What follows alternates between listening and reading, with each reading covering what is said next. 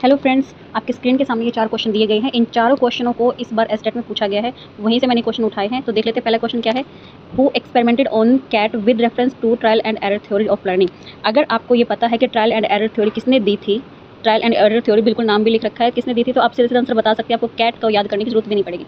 फिर भी मैं आपको ऑप्शन बता देती हूँ। पेवलोव ने किया था डॉग के ऊपर यानी कुत्ते के ऊपर एक्सपेरिमेंट। सेकंड ऑप्शन है स्किनर ने किया था चूहे और कबूतर के ऊपर एक्सपेरिमेंट।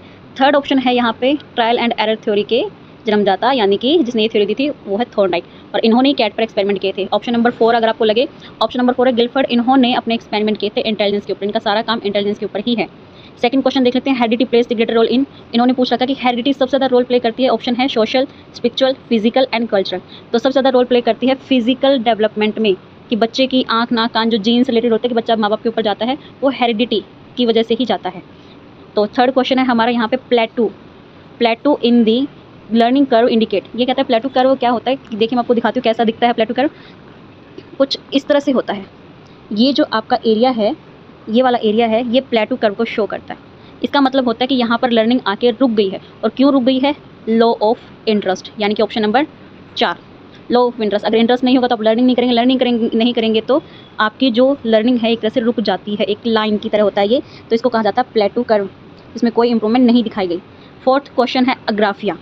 देखिए अग्राफिया की जगह पे आपको डिस्ग्राफिया भी लिखा मिल सकता था। डिस्ग्राफिया और अग्राफिया किससे रिलेटेड है, ऑप्शन में देखते हैं। पहले ऑप्शन में इसने पूछ रखा है एबिलिटी टू रीड, यानी कि पेशेंट में एबिलिटी नहीं है कुछ भी पढ़ने की।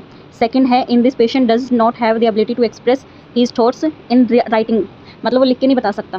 थर्ड ऑप्शन में बता रखा है in this the patient does not have the ability to do simple addition और सब्ट्रैक्शन, यानी कि जोड़ घटा नहीं कर सकता। थर्ड और लास्ट ऑप्शन में पूछ रखा है in this patient is found to be unable to name of the object, यानी कि ऑब्जेक्ट्स के नेम नहीं बता पाता। तो देखिए 3-4 ये डिसेबिलिटी होती हैं जो कि लर्निंग में हम पढ़ते हैं और पढ़ के जानी भी चाहिए, कोई ना कोई एग्जाम में आ जाती है। तो मैंने पहले कहा था अग्राफिया या डिस्ग्राफिया में से कुछ भी नाम आ सकता है। ये रिलेटेड है राइटिंग से, कि जिस बच्चे में लिखने में दिक्कत आती है, लिख के अपनी चीज़ों को बता नहीं पाता, वो होती है डिस्ग्राफिया या अग्राफिया। ठीक है, फर्स्ट जो ऑप्शन है ये इसका आंसर आएगा एबिलिटी टू रीड, मतलब बच्चा पढ़ नहीं पाता, वो होता है डिसलेक्सिया।